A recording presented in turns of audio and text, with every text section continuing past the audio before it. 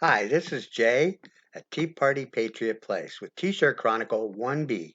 No King but Jesus, Paul Revere's Ride, and the Full Armor of God. A chronicle is a story, and every T-shirt has one. Tea Party Patriot shirts have stories of our constitutional Christian foundational roots, our Declaration of Independence, constitutional rights, liberty, and tyranny. Each shirt will have a Part A, the key story of the shirt. If you have not seen Part 1A, No King But Jesus the Story, please go back and watch it. It's more important to see the story than anything else. Part B of each shirt story is a touchstone. This could be historical notes, speeches, poems, literature, or current events. All these things could be part of that shirt story. Part B is today's video of the No King But Jesus story. But right now is the time to look under the video. Click those like and subscribe buttons so you do not miss more shirt stories to come, including Part C of this one coming up next. This is how each story relates to current events. It's also about how you too can join this battle to share the truth of our nation's foundation in which all liberty resides. There may even be a special coupon code, so don't miss it. I debated for months about which reference best fits this story. Henry Wadsworth Longfellow's poem, Paul Revere's Ride, was an obvious choice.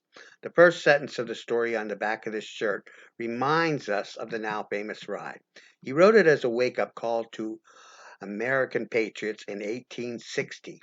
He could feel the clouds of evil engulfing the nation in darkness. Forces from outside the country were sowing seeds of division within us, literally pitting brother against brother. Longfellow's desire was that patriots would once again hear the call to truth and liberty, as they had on that first Patriots' Day. I'm just going to read you a condensed version of this ode, beginning with the first two stanzas and ending with the last seven. First, a few notes to correct the historical record. Longfellow has Revere telling a friend to watch and then for how with the British were coming, then hang the lantern single in the bell tower while he waited across the river. In fact, the Patriots knew the British were going to march out to Concord sooner or later to try to seize an arms cache the Patriots had hidden there.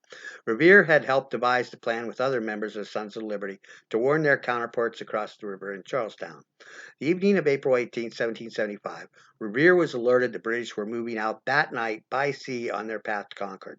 The Patriots had also come to know that the British had discovered John Hancock and John Adams were staying with a friend in Lexington, so they planned to arrest them along the way. Revere was told another young patriot, William Dawes, had already departed on the longer land route out across Boston Neck to Lexington. Revere promised he would go by the other route across the river to ensure the mission. He alerts a fellow patriot to set the signal, borrows a rowboat, and rows across the river under the cover of darkness, rowing silently right past the British man of wars anchored in the river. Longfellow speaks as if he knows the exact timeline as Revere made his ride to awaken the countryside. Pure literary license. Revere checked in with the Sons of Liberty in Charlestown. They had seen the signal. He borrowed a horse and began his ride. Arriving in Lexington, he awakens Hancock and Adams after shouting at the sentry who is telling him to be quiet, supposedly shouting something like, "Well, won't be quiet here very long. The British are coming." Hancock was not asleep yet. He recognized Revere's voice and alerted the sentry to let him pass. Dawes arrived shortly thereafter. Imagine how important this ride was. What if the British had arrested John Hancock and John Adams that night and never released them? The future president of the Continental Congress that passed the Declaration of Independence, the first one to put his John Hancock on it when he signed it. Also, the second president of the United States, who also served on the Declaration Committee. They wouldn't have been there. A local patriot, Samuel Prescott, joined Hancock and Dawes for the ride to Concord. Unlike Longfellow's account, Revere never got to Concord. The three spotted a British patrol just outside of Lexington and took off as fast as they could. Dawes' horse was spooked and threw him off, but he escaped in the melee. Revere and Prescott were chased to a meadow where they gave the signal to separate. Revere went into the woods in the wrong place. He was quickly slowed down to a stop and captured. He was questioned for a few hours and released. Again, planning made the decisive difference, as local man Prescott made it through to Concord and alerted the Patriots there. The poem tells the story of a call to rise up, to stand, and to arm. It is also about the how the people knew this evil was coming. They'd prepared, and how they came together to respond. Despite the power of evil allied against them, they would stand, shielded with the word, "No king but Jesus." Is there an evil darkness threatening our nation today? Good Friday, 2020? Are there evil forces sowing division among us? Not a mere difference of opinion, but forces seeking to actually destroy this nation committed to God, to shatter this nation's light of liberty to the world once and for all, to cede our sovereignty to some world body or another. Patriots are united, not divided. When fighting for our country, for truth and liberty, we care not about the color of one's skin, the way one worships, or how much money they have. We come together, united as patriots. Patriots are preparing to answer the call, some to stand for battle, some on their knees in prayer. This is why I could not make a Longfellow poem the lone reference here, but had to add the truth of the word this T-shirt story shares. There's a Bible passage which seems to appear everywhere in these days of our fight against this silent COVID enemy.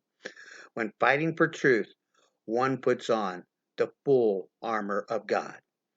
But enough for me. Let's proceed to the words of Paul Revere's Ride by Henry Wadsworth Longfellow. Listen, my children, and you shall hear of the midnight ride of Paul Revere. On the 18th of April in 75, hardly a man is now alive who remembers that famous day and year.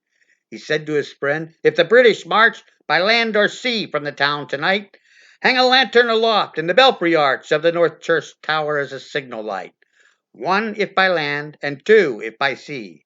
And I on the opposite shore will be, ready to ride and spread the alarm through every Middlesex village and farm, for the country folk to be up and to arm." So the first two stanzas set the stage. Revere will go to Charleston and be ready. And then he takes off on his horse on the ride to Lexington. A hurry of hoofs in a village street, a shape in the moonlight, a bulk in the dark, and beneath from the pebbles, in passing, a spark struck out by a steed flying fearless and fleet. That was all. And yet through the gloom and the light, the fate of a nation was riding that night, and the spark struck out by that steed in his flight kindled the land into flame with its heat. He has left the village and mounted the steep, and beneath him, tranquil and broad and deep, is the mystic meeting the ocean tides, and under the alders that skirt its edge, now soft on the sand, now loud on the ledge, is heard the tramp of his steed as he rides. It was 12 by the village clock when he crossed the bridge into Medford town.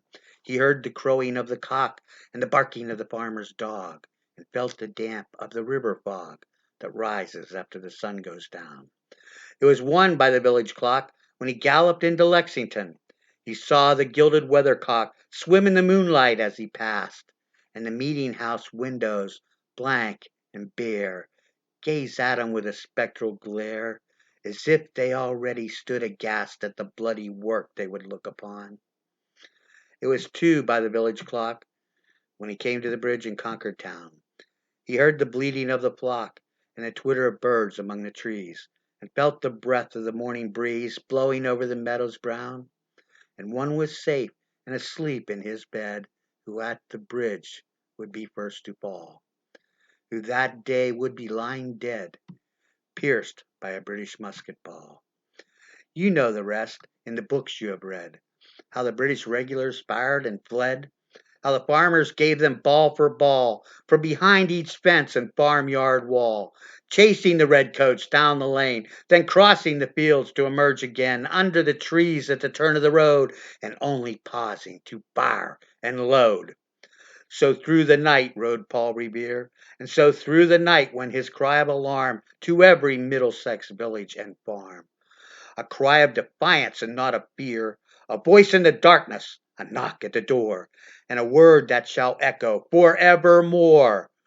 For, born on that night wind of the past, through all our history, to the last, in the hour of darkness and peril and need, the people will waken and listen to hear the hurrying hoofbeats of that steed and the midnight message of Paul Revere. could not end right there, because right now that darkness is on us again. And that's when the Patriots, on the first Patriots Day, those around the time of the Civil War, and again now, put on the full armor of God. This passage from Ephesians Chapter 6, beginning in verse 10. Finally, be strong in the Lord and in his mighty power. Put on the full armor of God, so that you can take your stand against the devil's schemes. For our struggle is not against flesh and blood, but against the rulers, against the authorities, against the powers of this dark world, and against the spiritual forces of evil in the heavenly realms. Therefore, put on the full armor of God, so that when the day of evil comes, you may be able to stand your ground, and after you have done everything, to stand. Stand firm then, with the belt of truth buckled around your waist, with the breastplate of righteousness in place, and with your feet fitted with the readiness that comes from the gospel of peace. In addition to all this, take up the shield of faith, with which you can extinguish all the flaming arrows of the evil one. Take the helmet of salvation and the sword of the Spirit, which is the word of God, and pray in the Spirit on all occasions with all kinds of prayers and requests. With this in mind, be alert and always keep on praying for all the Lord's people. Thanks for listening. God bless.